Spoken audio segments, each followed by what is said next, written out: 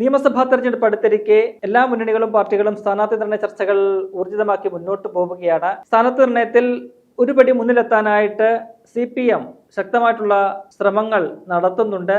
അവരെ ഏകദേശ ഒരു ധാരണ അവരുടെ പട്ടികയിൽ വരുത്തിയിട്ടുണ്ട് എന്നാണ് കഴിഞ്ഞ ദിവസങ്ങളിലൊക്കെ തന്നെ പുറത്തു വന്ന വിവരങ്ങൾ. സിറ്റിംഗ് MLA-മാരിൽ ഏതാണ്ട് 55 പേർക്കും വീണ്ടും സീറ്റ് നൽകാൻ ഉള്ള ഒരു തീരുമാനമാണ് സംസ്ഥാന നേതൃത്വം എടുത്തിരിക്കുന്നത്. അത് പല മാനദണ്ഡങ്ങളും അട്ടിമറിച്ചുകൊണ്ടാണ്. കാരണം 2021 തുടർച്ചയായിട്ടുള്ള 2 ടേം വ്യവസ്ഥ കർശനമായി നിബന്ധന കർശനമായി നടപ്പിലാക്കി പല പ്രമുഖ നേതാക്കളെയും മാറ്റി നിർത്തിയ പാരമ്പര്യമുള്ള പാർട്ടിയാണ് CPM. എന്നാൽ ഇത്തവണ ആ ഒരു നിബന്ധന നടപ്പിലാക്കാൻ പാർട്ടി അത്ര തയ്യാറാകുന്നില്ല. കാരണം ഏതെങ്കിലും തരത്തിൽ MLA-മാരെ മാറ്റിക്കഴിഞ്ഞാൽ ആ മണ്ഡലം കൈവിട്ടു പോകും എന്നുള്ളൊരു പേടി പാർട്ടിക്കുണ്ട്. അതുകൊണ്ട് ഒരു ഭാഗ്യപരീക്ഷണത്തിന് മുതിരുന്നില്ല.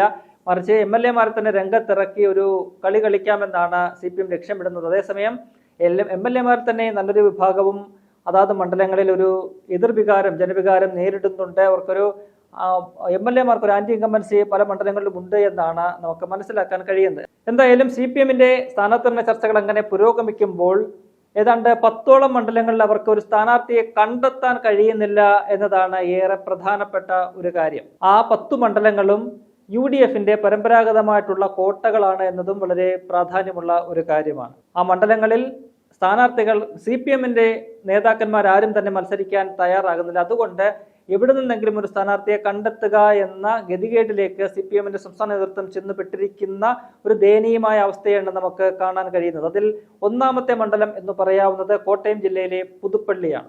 നമുക്കറിയാം, കേരളത്തിലെ തന്നെ ഏറ്റവും ജനകീയനായിട്ടുള്ള കോൺഗ്രസിന്റെ മുൻ മുഖ്യമന്ത്രിയും സമുന്നത നേതാവുമായിട്ടുള്ള ഉമ്മൻചാണ്ടി അരനൂറ്റാണ്ടുകാലം കയ്യിൽ വെച്ച മണ്ഡലമാണ് പുതുപ്പള്ളി. അവിടെ അദ്ദേഹത്തിന്റെ മരണശേഷം മകൻ ചാണ്ടി ഉമ്മനാണ് ആ മണ്ഡലത്തെ പ്രതിനിധീകരിക്കുന്നത്. അവിടെ ആരെ ഇറക്കി ഒരു പോരാട്ടം നടത്താൻ കഴിയുമെന്ന തലപുകഞ്ഞ് ചിന്തിക്കുകയാണ് CPM. കഴിഞ്ഞ ഉപതെരഞ്ഞെടുപ്പ് ഉൾപ്പെടെ കഴിഞ്ഞ 3 തെരഞ്ഞെടുപ്പുകൾ നോക്കുകയാണെങ്കിൽ അവിടെ DYFIയുടെ നേതാവായിട്ടുള്ള ജെയ്സി തോമസ് ആണ് മത്സരിച്ചത്. 2016-ലും 2021-ലും ഉമ്മൻചാണ്ടിയോട് ജെയ്സി തോമസ് ഏറ്റുമുട്ടി വലിയ തോൽവി ഏറ്റുവാങ്ങി.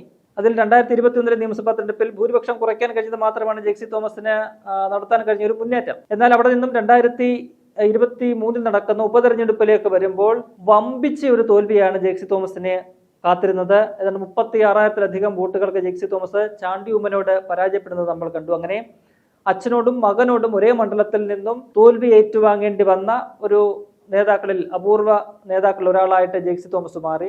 അവിടെ ജെയ്സി തോമസ് ഇത്തവണ മത്സരത്തിനേ ഇല്ല എന്ന് പറഞ്ഞു കഴിഞ്ഞു. കാരണം പുതുപ്പള്ളി എന്ന പേര് കേൾക്കുമ്പോൾ തന്നെ ജെയ്സി തോമസിനെ സ്വപ്നത്തിൽ പോലും പേടിപ്പെടുത്തുന്ന ഒരു പേരാണത്, ഒരു മണ്ഡലമാണ് പുതുപ്പള്ളി. അതുകൊണ്ട് ജെയ്സി തോമസ് കൈ കൂപ്പി പാർട്ടി നേതൃത്വത്തോട് പറഞ്ഞു കഴിഞ്ഞു താൻ മത്സരിക്കാനേ ഇല്ല എന്ന്. അതുകൊണ്ട് പകരം ആരെ അവിടെ കണ്ടെത്തും എന്ന ഒരു ചിന്തയുണ്ട്. ആരും അതിന് തയ്യാറാകുന്നില്ല. അവിടെ പോയി നാണം കെടാൻ, കാരണം അവിടെ തോൽവി ഉറപ്പായ ഒരു മണ്ഡലമാണ്. തോൽവി ഉറപ്പിച്ചുകൊണ്ടൊരു മണ്ഡലത്തിലേക്ക് ചെന്ന് കയറി രാഷ്ട്രീയ ഭാവി കളയാൻ CPM-ന്റെ നേതാക്കൾ ആരും തയ്യാറാകുന്നില്ല. പകരം അവിടെ ആരെയെങ്കിലും പൊതു സ്വതന്ത്രരെ ഉൾപ്പെടെ കണ്ടെത്താനുള്ള ഒരു നീക്കമാണ് പാർട്ടി നടത്തുന്നത്. മറ്റൊരു മണ്ഡലം എന്ന് പറയുന്നത് പാലക്കാടാണ്. സമാനമായ രീതിയിൽ പാലക്കാടും UDF-ന്റെ ഒരു ഉറച്ച കോട്ടയാണ്. കഴിഞ്ഞ 3 തെരഞ്ഞെടുപ്പുകൾ നോക്കിക്കഴിഞ്ഞാൽ കോൺഗ്രസ് തുടർച്ചയായിട്ട് വിജയിച്ചുകൊണ്ടിരിക്കുകയാണ്. അവിടെയും CPM പലതരത്തിലുള്ള പരീക്ഷണങ്ങൾ നടത്തിയിട്ടുണ്ട്. കഴിഞ്ഞ തവണ ഉപതെരഞ്ഞെടുപ്പിൽ അവിടെ തലേന്ന് കോൺഗ്രസ് വിട്ട് CPM-ൽ ചേർന്ന P. സരനെയാണ് മത്സരിപ്പിച്ചത്. എന്നാൽ 18,000-ലധികം വോട്ടുകളുടെ ഭൂരിപക്ഷത്തിനാണ് UDF സ്ഥാനാർത്ഥിയായിട്ടുള്ള രാഹുൽ മാങ്കൂട്ടം അവിടെ വിജയിച്ചത്. സ്ഥിരമായിട്ട് കഴിഞ്ഞ 3 തെരഞ്ഞെടുപ്പുകൾ നോക്കുകയാണെങ്കിൽ സ്ഥിരമായിട്ട് CPM 3-ാം സ്ഥാനത്ത് പോകുന്ന ഒരു മണ്ഡലം കൂടിയാണ് പാലക്കാട്. അവിടെ 2-ാം സ്ഥാനത്ത് BJP ആണ് വരുന്നത്. അപ്പോൾ അത്തരത്തിൽ നാണം കെട്ടി നിൽക്കുന്ന ഒരു മണ്ഡലം അവിടെ പാലക്കാട് ഇതുവരെയും സ്ഥാനാർത്ഥിയെ കണ്ടെത്താൻ കഴിഞ്ഞിട്ടില്ല. ഇനി ആരെ പരീക്ഷിക്കണമെന്നത് അവർക്കറിയില്ല. സരിന് ഒരു തവണ കൂടി അവസരം കൊടുക്കാൻ പാർട്ടി തയ്യാറല്ല. കാരണം വലിയ വീമ്പടിച്ച് വന്നിട്ട് 3-ാം സ്ഥാനത്തേക്കാണ് സരിൻ പോയത്. യാതൊരു ഇമ്പാക്റ്റും അവിടെ ഉണ്ടാക്കാൻ സരിൻ എന്ന സ്ഥാനാർത്ഥിക്ക് വ്യക്തിപരമായിട്ട് പോലും കഴിഞ്ഞില്ല. അപ്പോൾ അവിടെ കോൺഗ്രസിന്റെ സ്ഥാനാർത്ഥി ആര് എന്ന് അറിഞ്ഞതിന് ശേഷം മാത്രം സ്ഥാനാർത്ഥി നിർണയം എന്ന നിലയിലേക്ക് CPM മാറിയിട്ടുണ്ട്. മറ്റൊരു ജില്ല അത് എറണാകുളമാണ്. എറണാകുളത്ത് ഏതാണ്ട് 3 മണ്ഡലങ്ങളിൽ CPM-ന് സ്ഥാനാർത്ഥി നിർണയത്തിലേക്ക് എത്താൻ കഴിഞ്ഞിട്ടില്ല എന്നതാണ് പുറത്തു വരുന്ന വിവരങ്ങൾ. അതിലൊന്ന് എറണാകുളം മണ്ഡലമാണ്, മറ്റൊന്ന് തൃക്കാക്കരയാണ്, 3-ാമത്തെ മണ്ഡലം ആലുവയാണ്. ഈ 3 മണ്ഡലങ്ങളും ഈ പറഞ്ഞതുപോലെ UDF-ന്റെ പരമ്പരാഗതമായിട്ട് തന്നെ കുത്തക മണ്ഡലങ്ങളാണ്. എറണാകുളം ജില്ല തന്നെ UDF-ന്റെ ഒരു കുത്തക ജില്ലയാണ്. അവിടെ എറണാകുളവും തൃക്കാക്കരയും ആലുവയും ഒക്കെ തന്നെ തുടർച്ചയായിട്ട് UDF വിജയിക്കുന്ന മണ്ഡലങ്ങൾ. അവിടെയും സമാനമായ രീതിയിൽ തോൽവി ഉറപ്പായിരിക്കുന്ന മണ്ഡലങ്ങളിൽ ആരെ പരീക്ഷിക്കണം എന്നത് CPM നേതൃത്വത്തെ വലിയ രീതിയിൽ ആശങ്കപ്പെടുത്തുന്ന അല്ലെങ്കിൽ അവരെ അസ്വസ്ഥപ്പെടുത്തുന്ന ഒരു കാര്യമാണ്. എറണാകുളത്ത് ഇപ്പോൾ നിലവിൽ TJ വിനോദാണ് അവിടുത്തെ MLA. അവിടെ സ്വതന്ത്രനെ പരീക്ഷിക്കണോ അതോ പാർട്ടിയിൽ നിന്ന് ആരെങ്കിലും ഇറക്കണോ എന്ന ചിന്തകൾ നടക്കുന്നുണ്ട്. ഒപ്പം തന്നെ ഘടകകക്ഷിയായിട്ടുള്ള സോഷ്യലിസ്റ്റ് ജനതാദളിന് സീറ്റ് കൊടുത്തുകൊണ്ട് അവരുടെ അങ്കമാലി സീറ്റ് തിരിച്ചെടുക്കുക എന്നൊരു നീക്കം CPM നടത്താൻ ശ്രമിക്കുന്നുണ്ട്.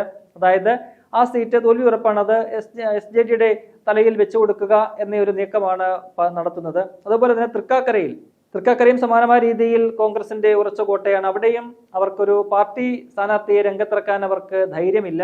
അവിടെയും ഈ പറഞ്ഞ പോലെ പൊതു സ്വതന്ത്രനെ തേടുകയാണ്. ആലുവയിലും സമാനമായ അവസ്ഥയാണുള്ളത്. ആലുവയിൽ ഈ പറയുന്ന പോലെ പലരും മത്സരിക്കാൻ തയ്യാറാകുന്നില്ല. 2011 മുതലുള്ള ഒരു ചരിത്രം നോക്കിയാൽ അവിടെ അൻവർ സാദത്ത് തുടർച്ചയായിട്ട് ഭൂരിപക്ഷം വർദ്ധിപ്പിച്ചുകൊണ്ട് വിജയിച്ചു കയറുന്ന ഒരു കാഴ്ച നമുക്ക് കാണാൻ കഴിയും. 2006 അവിടെ LDF അവസാനമായിട്ട് വിജയിക്കുന്നത്. അതിനുശേഷം അവർക്ക് അവിടെ വിജയിക്കാൻ കഴിഞ്ഞിട്ടില്ല. മാത്രവുമല്ല അൻവർ സാദത്ത് വലിയ രീതിയിൽ ജനകീയനായിട്ട് അവിടെ നിറഞ്ഞു നിൽക്കുകയാണ്. അതുകൊണ്ട് അങ്ങോട്ട് ചെന്ന് അൻവർ സാദത്തിന്റെ ആ കോട്ടയിലേക്ക് ചെന്ന് കയറാനും CPMന് താല്പര്യമില്ല. നേതാക്കൾക്കാർക്കും തന്നെ താല്പര്യമില്ലാത്തൊരു സാഹചര്യമുണ്ട്.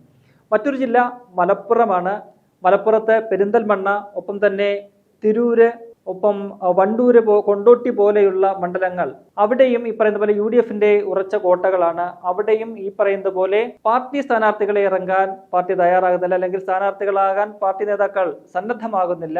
അവിടെ നിന്ന് ആരെങ്കിലും ഒക്കെ പൊതുസുന്ദരി കിട്ടുമോ എന്ന് കാത്തിരിക്കുകയാണ് CPM. സാധാരണഗതിയിൽ മലപ്പുറം ജില്ലയിലെ CPM പ്രത്യേകിച്ചും മുസ്ലിം ലീഗിന് സ്വാധീനമുള്ള മണ്ഡലങ്ങളിൽ CPM ഈ മുസ്ലിം ലീഗിൽ നിന്നും ആരെങ്കിലും പിണങ്ങിപ്പിരിഞ്ഞ് വരുന്നെങ്കിൽ അവരെ പിടിച്ച് സ്വതന്ത്രനാക്കാം എന്നുള്ള തീരുമാനമാണ് പലപ്പോഴും നടത്തിയിട്ടുള്ളത്. അങ്ങനെയാണ് മലപ്പുറത്തെ 1-2 മണ്ഡലങ്ങൾ CPM നേരത്തെ പിടിച്ചെടുത്തത്.